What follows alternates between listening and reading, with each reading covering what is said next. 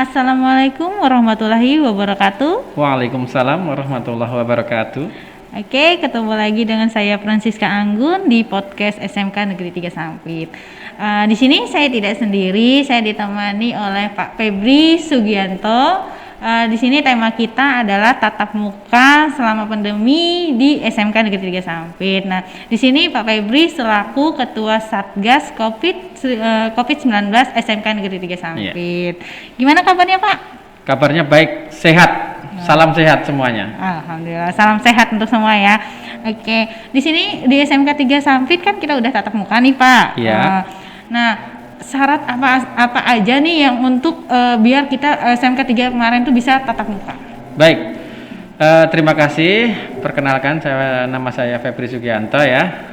Di sini saya sebagai Ketua Satgas dan menjadi guru PJOK di SMK 3. Nah, sebelum menjawab pertanyaan Bu Anggun, prosesnya sangat panjang. Melalui tahapan-tahapan, kita merencanakan itu sebelum pembelajaran semester 2. Jadi semester 1 kita sudah merancang. Yang pertama, kita sebelum ke arah pembelajaran tatap muka, kita mengundang perwakilan orang tua, disaksikan ketua komite pengawas pembina SMK 3. Kemudian dari hasil musyawarah itu kita memberikan angket atau formulir yang dibagikan kepada orang tua wali murid di SMK 3. Kemudian kami berikan batas waktu 2 hari. Dari semua yang memberikan formulir atau angket tersebut, kita langsung hasilnya itu sekitar 70% dari orang tua mengizinkan anaknya untuk mengadakan pembelajaran tatap muka. Dari hasil tersebut, kami kemudian mengajukan surat kepada gugus tugas COVID Kabupaten. Kemudian sama gugus tugas COVID Kabupaten diarahkan kepada gugus COVID yang berada di Kecamatan Mentawa Baru Ketapang. Dari hasil itu, mereka memverifikasi, kita melengkapi berbagai tahapan-tahapan, diantaranya fasilitas-fasilitas pendukung untuk pembelajaran tatap muka, misalkan ada tes suhu badan, ada tempat untuk cuci tangan, dan macam-macam sebagainya kita lengkapi. Kemudian kami foto, didokumentasikan, kemudian dikirim hasil foto tersebut kepada gugus COVID kecamatan. Kemudian beberapa hari kita diberikan surat untuk memberikan izin tatap muka. Nah, setelah itu kami berkoordinasi dengan seluruh dewan guru. Kita mempunyai target bahwasannya untuk mulai Februari kita melaksanakan pembelajaran tatap muka. Itu prosedurnya yang kita lewati seperti itu. Oh, prosedurnya panjang sekali, panjang Pak, ya? Sekali. Oh iya, ini saya lupa nanyain. Ini Bapak bekerja sendiri atau punya anggota lain nih bantu Bapak? Iya, oke. Dari sini sebetulnya kami dibentuk dulu.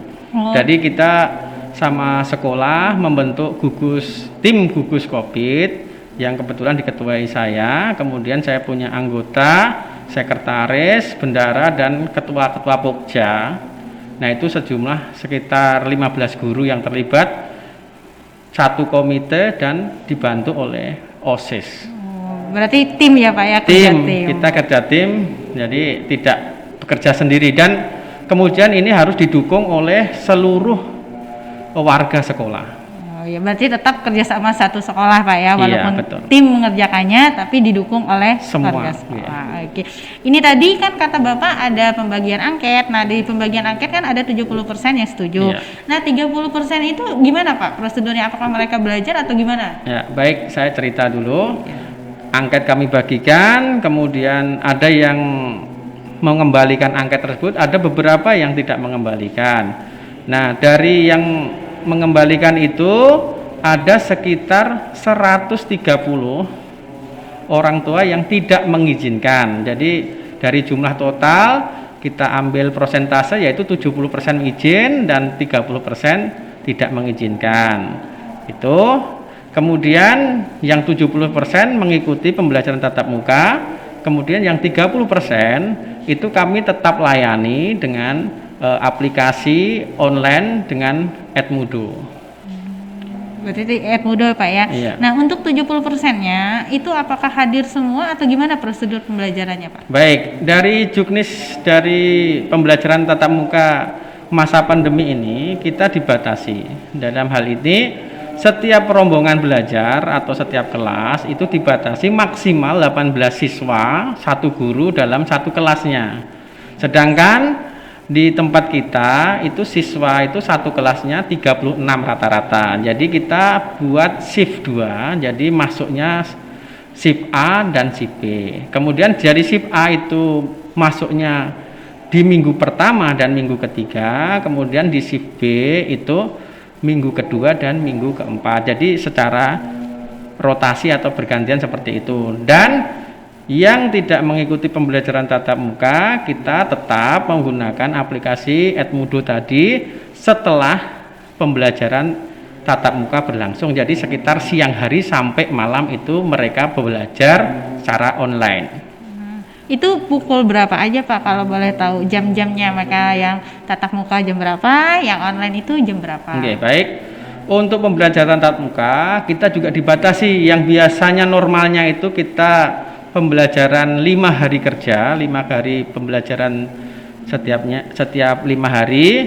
Kemudian karena pandemi ini kita dibatasi sesuai dengan juknis itu maksimal siswa berada di sekolah itu 3 jam.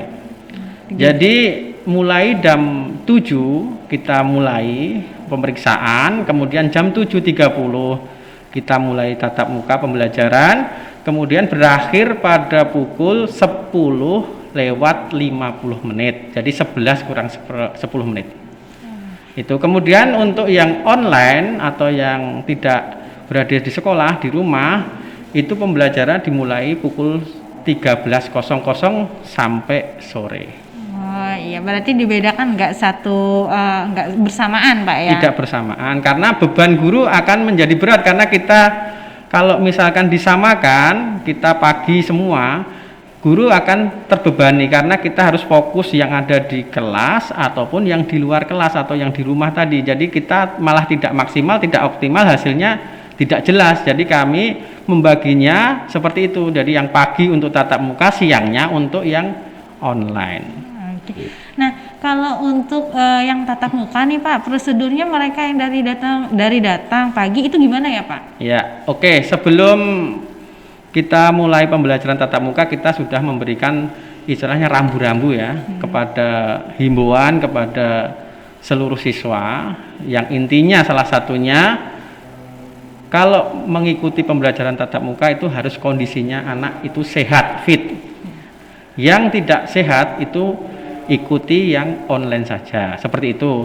Kemudian sebelum berangkat itu harus membawa bekal dari rumah, minuman atau snack ataupun makanan silahkan, karena kami tidak menyediakan kantin sekolah yang biasanya ada. Ini tidak boleh, mengurangi kerumunan dan kontak langsung, itu tujuan kami. Jadi siswa membawa bekal. Nah, setelah anak seperti ini siap, kemudian langsung berangkat. Sebelum masuk ke ruangan atau lingkungan sekolah, kami tim itu di depan gerbang sudah menyiapkan untuk tes suhu badan dan operasi masker. Jadi masker yang masuk ini masker yang standar ya, tidak scuba sudah kami tidak izinkan untuk masuk.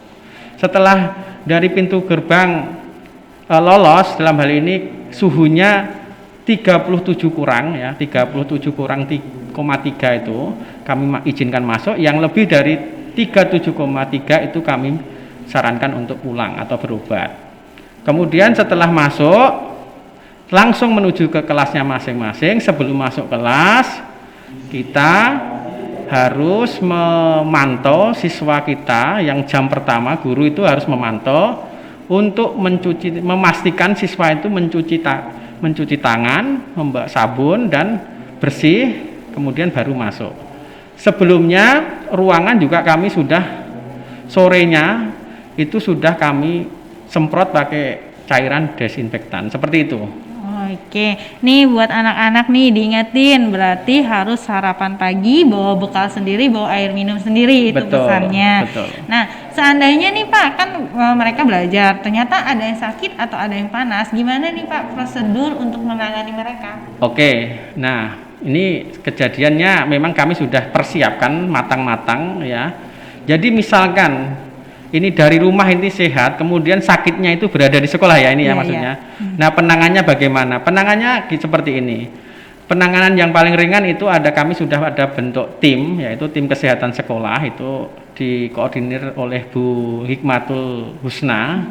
Kemudian kita juga berkoordinasi dengan Puskesmas Ketapang 2 dalam hal ini, dan Ketapang 2 memberikan kepada Puskesmas Pembantu Wilayah Telaga. Kemudian kalau terjadi anak itu terjadi sakit di sekolah, dalam hal ini yang indikasinya ke corona, itu contohnya demam, panas, muntah-muntah mungkin, kemudian tidak bisa merasakan ataupun yang berindikasi ke corona, nah kami segera lapor dan koordinasi untuk dijemput, kemudian kita menelpon orang tua untuk mendampinginya. Seperti itulah prosedurnya. Oke. Ini selama pembelajaran tatap muka, apakah pernah kejadian seperti itu atau enggak ada nih Pak? Ya, alhamdulillah kita sudah berjalan 1 bulan lebih pembelajaran tatap muka, karena kita mulai pembelajaran tatap muka itu mulai tanggal 1 Februari 2021. Kemudian ini sudah awal Maret ya. Ini kami belum menemukan kejadian anak sakit yang terindikasi mengarah ke penyakit COVID-19. Jadi alhamdulillah sekali kita semua tim bekerja dengan keras untuk supaya anak belajar dengan maksimal tanpa takut untuk tertular oleh penyakit corona. Oke. Ini Pak, kita beri himbauan buat anak-anak atau untuk warga masyarakat di lingkungan kita. Sebenarnya yang untuk menghindari kita dari COVID ini apa sih Pak himbauan dari Bapak sendiri, dari Ketua Satgas SMK 3 yang tanggung jawab misalnya kita ada yang kena atau untuk tanggung jawab kesehatannya masing-masing gitu loh Pak? Baik, itu untuk penularan itu mulai dari diri sendiri dulu.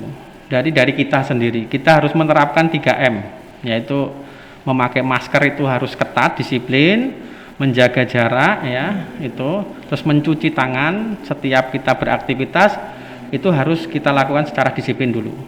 Kemudian fasilitas-fasilitas pendukung harus sangat diperlukan ya, supaya virus ini tidak menyebar ke seluruh lapisan masyarakat, khususnya di SMK 3. Jadi dari diri kita sendiri. Kemudian kita berusaha untuk meningkatkan imun tubuh dengan cara memakan makanan yang bergizi ya, sehat, bernutrisi. Kemudian yang terakhir istirahat yang cukup, dan satu lagi yaitu supaya tidak kena virus corona ya kita harus disiplin itu. Oke, nah ini pesan-pesan dari Ketua Satgasnya bilang kita harus disiplin dari diri kita masing-masing. Jadi anak-anak yang di rumah maupun di sekolah tetap jaga kesehatan. Mungkin sekian dulu bincang-bincang kita tentang COVID ini ya. Pak. Mungkin kalau ada pertanyaan dari anak-anak atau teman-teman yang lainnya silahkan di kolom komentar ya. Oke, kita akhiri podcast SMK Negeri 3 Sampit. Mungkin kita pakai yel dulu Pak? Iya. Oke. Ya. Dulu Pak ya. SMK 3 bisa, SMK 3 mandiri, SMK 3 is the best. Salam sehat semuanya. Salam sehat, see you. Assalamualaikum warahmatullahi wabarakatuh. Waalaikumsalam. Bagusnya kata terakhir kayaknya.